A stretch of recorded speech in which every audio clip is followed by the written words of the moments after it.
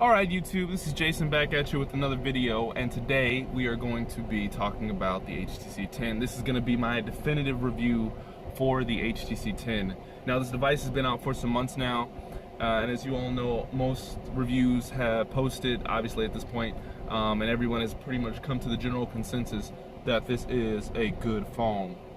And I do not have any objection against that. This is an amazing phone, and today we're going to find out exactly why this is an amazing phone. So let's get into it. First of all, when you talk about a metal phone, an all-metal phone, this is an all-metal phone. Now I don't know if this device is made out of the 7000 or the 6000 series of aluminum, but all I know is that when I hold it in my hand, it is extremely rigid. It feels very good. The curves on the side help to really just nestle right into your palm. I mean, it fits in there really well. I have no issue with one-handed usability at all. It's very, very fluid in terms of the in-hand experience. I can easily get from one point to the other with one hand, and my hands are relatively large. I'm about 6'1", so my hands are pretty nice size, I guess. Very, very nice, solid build quality. I love what HTC has done with the minimalist design as far as the front goes. They got rid of the logo at the bottom, as a lot of people hated.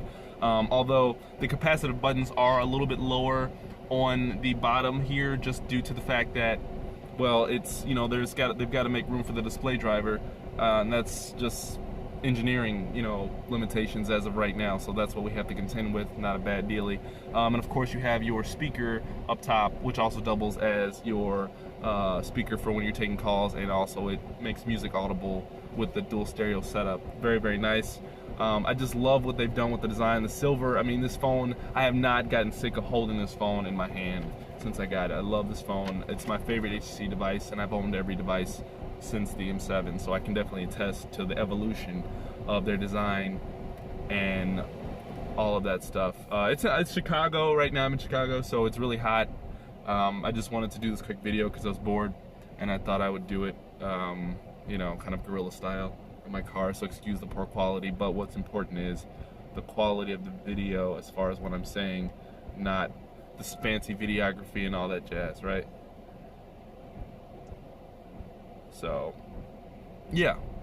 So let's get on to it. Audio quality. The audio quality on this device is the best I've ever had on a cell phone, bar none. I'm a huge I would say I'm a pretty big audiophile. I like quality music. I like high fidelity sound, and this phone delivers in spades. I mean, I've listened to devices, you know, ranging from Samsung to Apple to all of the big, you know, names as far as audio quality goes, and this phone definitely holds up in the pack. Now, you know, this phone, I mean, audio is something that a lot of people just kind of gloss over. They don't necessarily put a lot of effort into it. You know, they just kind of, it's music, headphones in the box, I'll just use those for whatever, recording or listening, taking calls. But if you invest in a quality pair of headphones with your $700 smartphone, I promise you the difference between those inbox headphones and a pair of $30 joints from Amazon are going to make a world of difference as far as your audio experience. The sound in here is just absolutely phenomenal. It's actually addictive to listen to. You'll be finding, you know, you'll find that you'll be wanting to pull out a pair of headphones, you know, just to get a little bit more of that crazy sound. Also, one of the other unique features that HTC has included is the ability to tune the stereo sound of the headphones to each individual ear for the actual frequency range. So of course we all hear differently, and this phone allows you to take advantage of that depending on your hearing capability. So that's another really great thing about it. And then also, of course, you have the Type-C USB port, which eventually will support Type-C headphone connectors, which potentially could lead to even better audio quality. I know, right? Then also, just to talk back about the hardware, kind of just to piggyback on the hardware real quick. If you look at the bottom right here, it's a little focus, you probably can't see it, whatever. But basically, these holes are the speaker holes, obviously.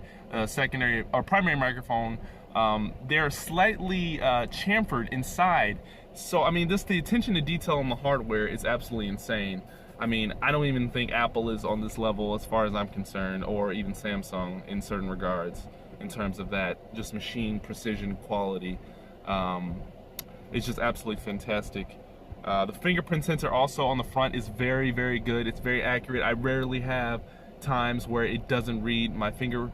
I have 4 fingers registered, and it just seems to be very quick and getting me in and out of the device with no issues. Also one little nitpick though is that at the top speaker grill, because it's kind of so recessed, lint does tend to accumulate in there, which kind of is annoying. But whatever, it's just lint. You're not gonna die.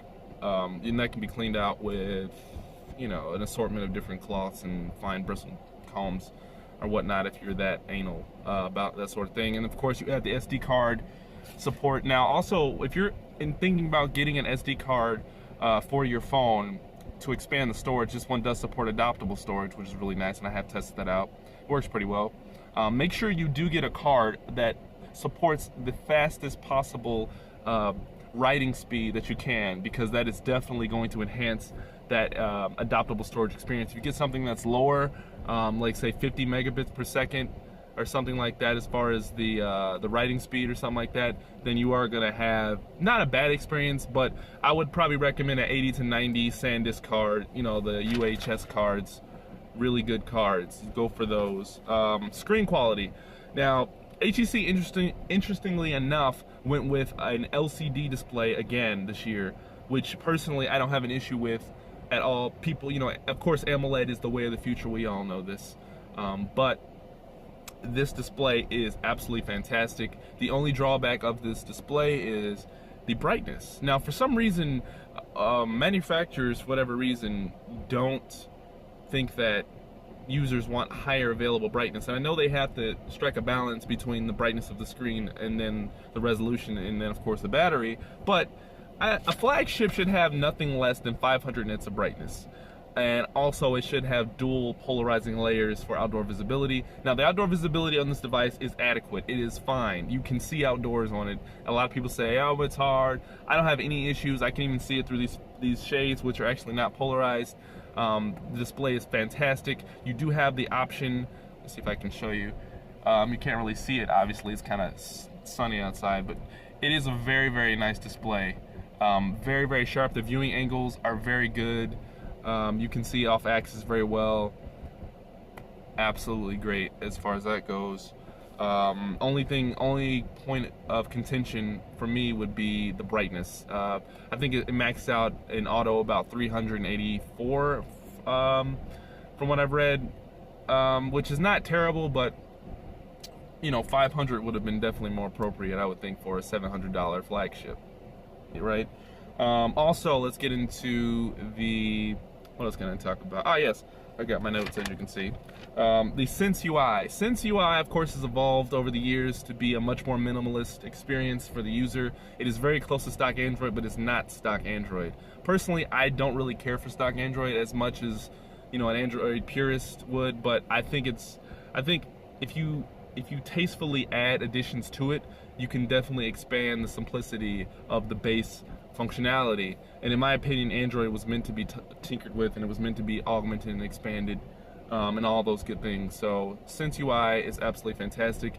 The user interface is great. There's lots of different gesture controls, that have been built into Android for a while, like face down to decline a call, put the phone to ear, accept the call, and so forth and so on, double tap to wake, things like that. Very, very nice. The only thing that I don't like about the gesture controls in Sense is the double swipe down to wake.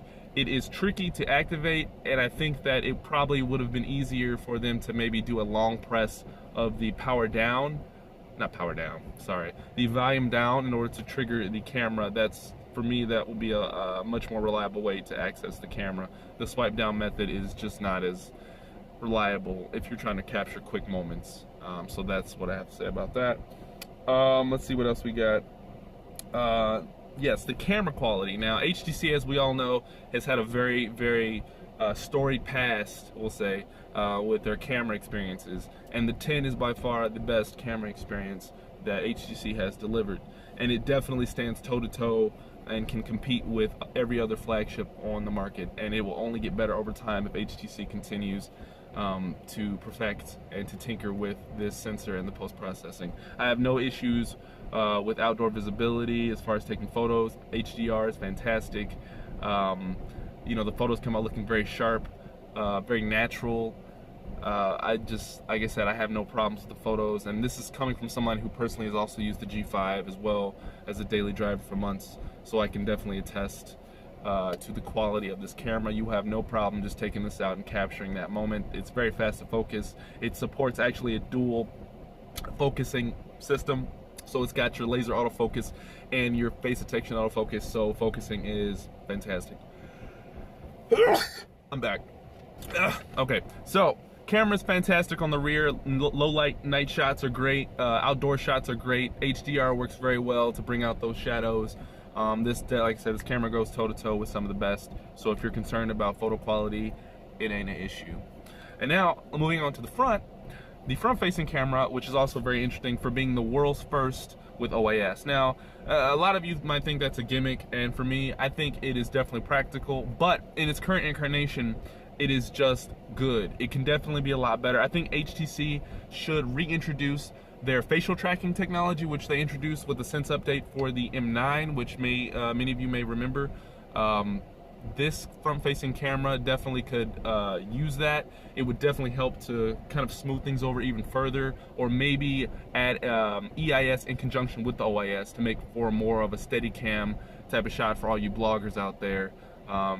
Also, the post-processing on the front-facing camera is fine. I feel like definitely more detail can be obtained with maybe some further tinkering, but for just basic shots at night, and even during the day and night, you're going to be fine. That OIS definitely helps for a longer shutter time, so you're going to get a lot better shots at night. And also, you do have a front-facing flash functionality, which will brighten up your shots in darker conditions. So that is a plus. That's definitely awesome. I like it. It works very well. My wife has an M9, and she's always saying, "Can we take a picture on your phone?" And I'm like, "Well, okay, yeah," because it is definitely going to get us better results generally. And then also the pixels on the front are larger, just like the rear of 1.55 is a 1.3, so you're going to get a lot more light into those photons and whatnot and all that tech jargon and stuff. That's cool. Okay, let's see what else I can touch upon. Charging time. This phone can be charged in roughly an hour and 33 minutes with the included inbox charger. Now, if you follow my channel, you'll know that I'm very, very kind of, I just think there's some type of, I don't know, there's something going on with Quick Charge 3.0 that I'm not quite sure yet exactly what's going on there.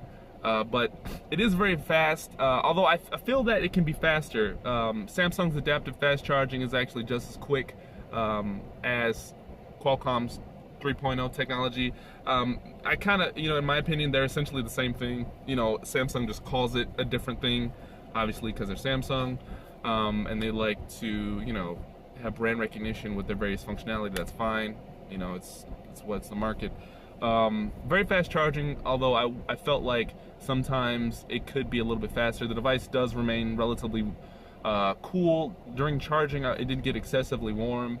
Also, this device does get warm during certain types of activity, whether it be gaming, whatnot. It does get warmer. So that's something to keep in mind too. If you are the type of person that does a lot of heavy intensive tasks, it does get warm, but not uncomfortably. It is a metal phone and the heat has to go somewhere. Those are just some of the drawbacks that come along with having a metal phone with a lot of internal things going on. So that's something to keep in mind. Also, let's see if I can get some of that. That didn't do anything. What else? Let's see what else we got. The battery life. The battery life is a 3,000 milliamp battery in this HTC 10, and it is absolutely solid. It's a solid battery. I get roughly about 4 hours of screen on time on average during the day. 16 hours of uptime is what I've been getting on average. On Wi-Fi, you can definitely push closer to 5 hours, maybe almost 5.5 hours of screen on time with about 50% brightness. Very good there. It's very competitive with even the S7 as far as battery goes in my real world experience. The Type-C USB port also is definitely a plus. I love it. Of course you have to get over that initial hurdle of getting new cords, but I mean, the future has to progress sometimes, and this just happens to be one of those moments. Very, very nice. Love it. Let's see what else I want to talk about that I have not. Oh, and like I said, another quip about the attention to detail on this device, or quip I should say, just another observation, is that it's just so well made that you just get paranoid about dropping it, and you just constantly clean the screen. That is just my OCD. I just love cleaning the screen. Yeah, I mean, it's just a very well made device, and I'm very pleased with it so far. I can't wait to see what HTC does with the new Nougat update, which, you know, hopefully will come sooner than never, or sooner than later, I should say. You know, so there's always that. A couple of areas that I would definitely improve with the HTC 10 is post-processing in photos. Definitely is something that continually needs to be tinkered with. And then also, one thing I want to drive awareness about is that on the lock screen for the HTC, you can't really see it because I'm outdoors, I'm sorry.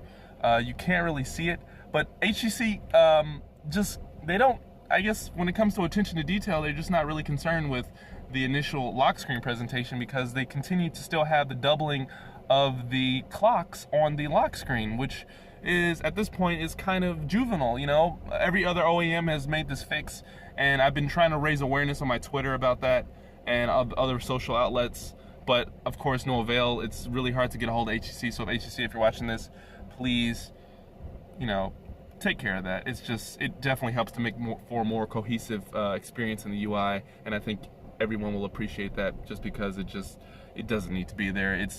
It's just redundant. And then also, one thing about the 10, because it's so, I guess, close to stock as far as its functionality and whatnot, they have toned down the animations to the point where there are no animations.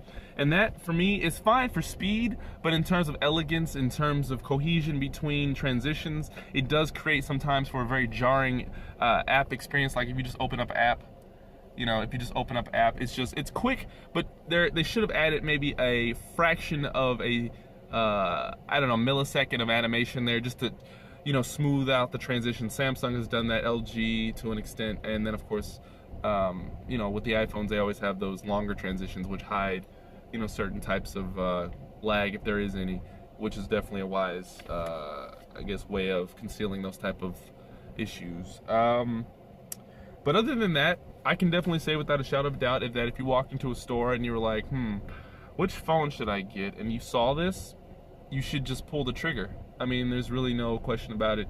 It is a fantastic device. It may not be enough necessarily to put HTC back in the place where they want them to be, but it's definitely a step in the right direction, and I'm very excited to see what they are going to do next year. So, to wrap this up, it's running on a little bit long. Fantastic phone. If you have any questions, feel free to let me know. You can inbox me, you can hit me up on Google Hangouts, Twitter, Instagram, whatever. If you want to get a hold of me about any questions about this device, I'm available to answer any questions. You know, I have no problem doing that. Yeah, so this is the HTC 10 review. It's real rough, it's real. This is how I like to do my reviews, because I suck at videography. But that will get better. But the 10 is definitely a win. If you are looking for a smartphone in 2016, this phone will definitely last you definitely for the next 2 to even 3 years, if you're the type of person that holds onto your devices that long. This is a boss device. It is absolutely fantastic. If you want to turn heads, this is the phone to get. You know, this is the HTC 10. And while, yes, it is, you know, as far as equating it exactly to a 10, I would say it is damn close to being a 10, to the point where it is a 10. It's solid in every aspect of its functionality. Android is, for me, the platform for me, and this phone definitely serves it up in a very delicious and very cohesive package. Definitely a thumbs up. Yeah, so that is my review for the HTC 10. If you have any questions, like I said, feel free to drop a comment down below. Let me know what you think. And yeah, that is Jason signing off.